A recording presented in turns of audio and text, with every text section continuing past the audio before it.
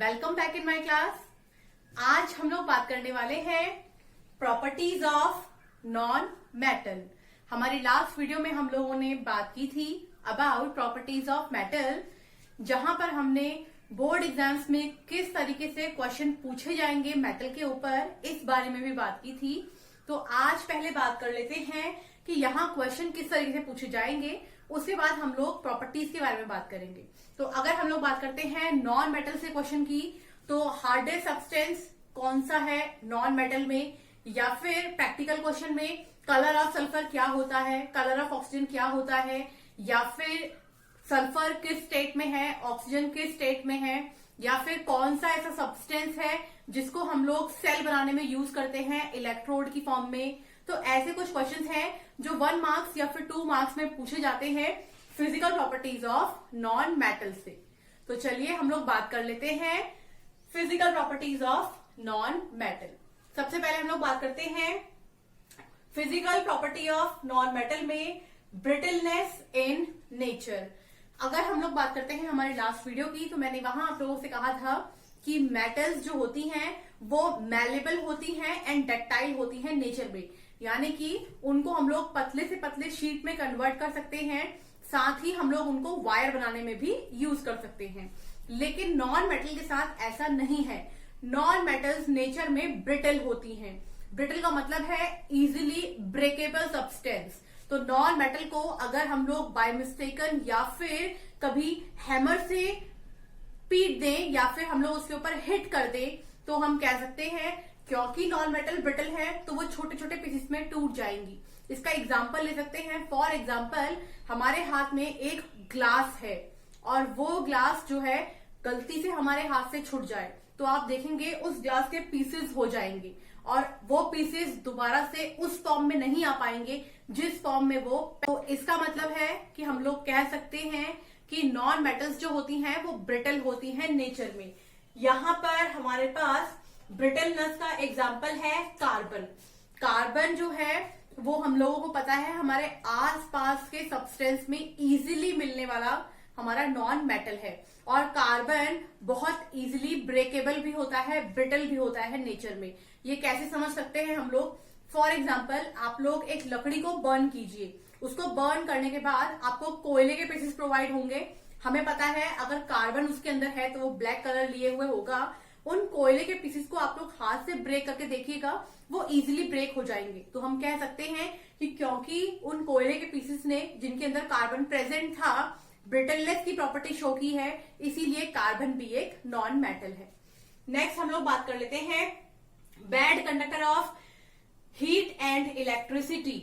हमारी मेटल्स जो थी वो good conductor of heat and electricity थी, वही non metal bad conductor of heat and electricity होते हैं।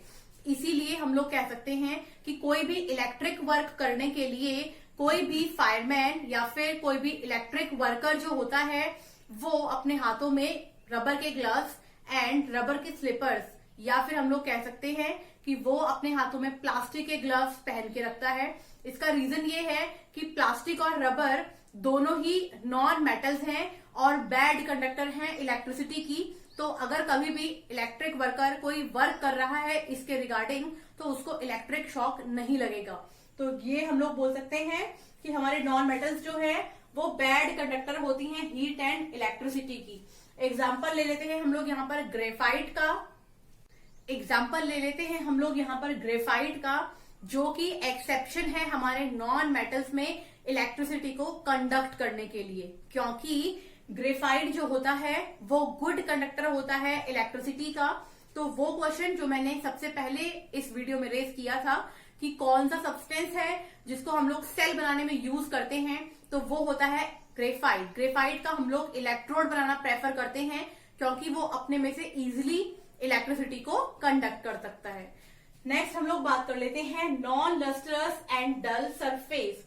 नॉन मेटल्स जो होती हैं उनकी सरफेस के ऊपर कोई भी शाइन नहीं होती हैं, वो डल कलर लिए हुए होती हैं, और कभी कभी हम लोग कह सकते हैं कि वो कलरलेस भी होती हैं। तो अगर हम लोग बात करते हैं एग्जांपल्स की, तो सल्फर एंड फॉस्फोरस ये ऐसे दो नॉन मेटल हैं जो डल सरफेस के होते हैं। लेकिन वहीं अगर हम लोग बात करते हैं एक्सेप्शन की, तो आयोडीन इसका एक्सेप्शन है। आयोडीन एक शाइनी सरफेस लिए हुए होता है नॉन मेटल्स में। नेक्स्ट हम लोग बात कर लेते हैं सॉफ्ट इन नेचर। सभी नॉन मेटल जनरली सॉफ्ट होती हैं नेचर में, लेकिन एलोट्रॉप ऑफ कार्बन जो कि है डायमंड, यहां पर हम लोगों ने एक्सेप्शंस में 2 एलोट्रॉप्स लिए हैं। ग्रेफाइट भी एलोट्रॉप है कार्बन का और डायमंड भी एलोट्रॉप है कार्बन का। तो डायमंड जो होता है वो एलोट्रॉप है कार्बन का, और ये एक्सेप्शन है सॉफ्टनेस का, क्योंकि डायमंड अभी तक नॉन मेटल के अंदर हार्डेस्ट नोन सब्सटेंस है। नेक्स्ट हम लोग बात कर लेते हैं are present in solid, liquid and gas.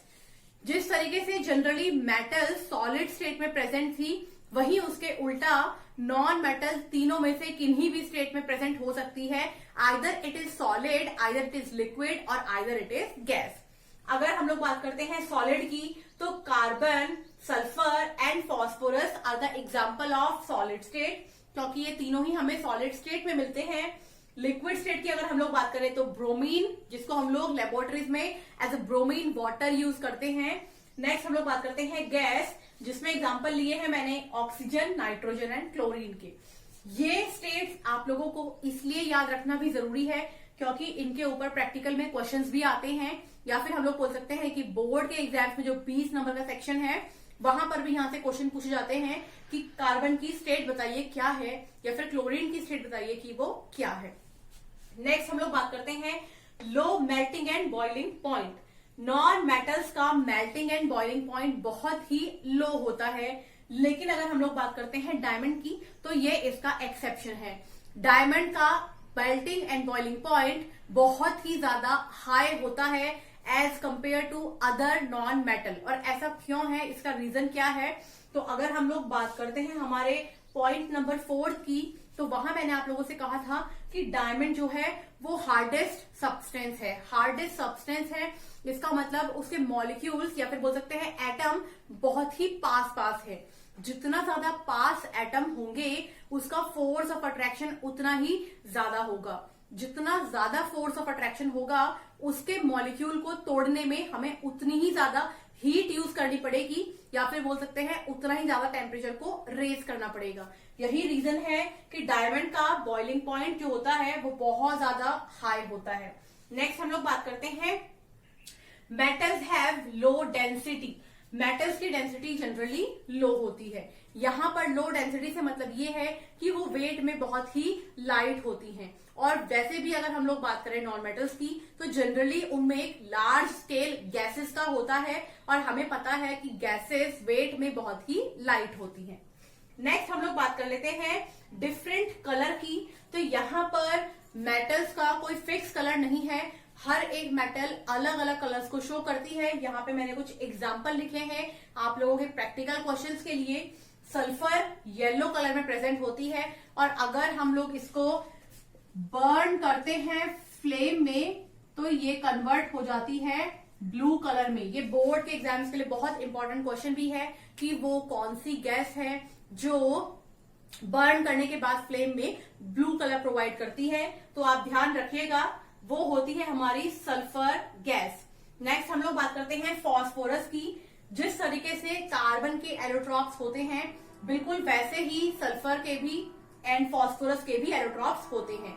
यहाँ बात करते हैं अगर हम लोग फॉस्फोरस की, तो इस फॉस्फोरस के 2 एलोट्रॉप्स होते हैं, that is alpha phosphorus and that is beta phosphorus. तो यहाँ पर अगर बात करें अल्फा फॉस्फोरस की तो वो होता है व्हाइट इन कलर, और अगर हम लोग बात करते हैं बीटा फॉस्फोरस की तो वो होता है रेड इन कलर। नेक्स्ट हम लोग बात करते हैं ग्रेफाइट की। क्योंकि हमने कहा है कि ग्रेफाइट कार्बन का एलोट्रॉप है, इसीलिए वो कलर लिए हुए होता है ब्लैक। नेक्स्ट बात करते हैं क्लोरीन की। तो क्लोरीन येलोइश ग्रीन कलर की होती है। अगर हम लोग बात करें ऑक्सीजन की, तो ऑक्सीजन एक कलरलेस गैस है। ये कुछ प्रॉपर्टी थी हमारी नॉन मेटल की। आज के लिए इतना ही। आगे आने वाली वीडियोस में हम लोग कुछ और इम्पोर्टेंट टॉपिक के बारे में बात करेंगे। अगर आपके कुछ क्वेश्चंस हैं तो प्लीज उन्हें कमेंट सेक्शन में लिख दीजिएगा, मैं उनके रिप्लाई जरूर करूंगी।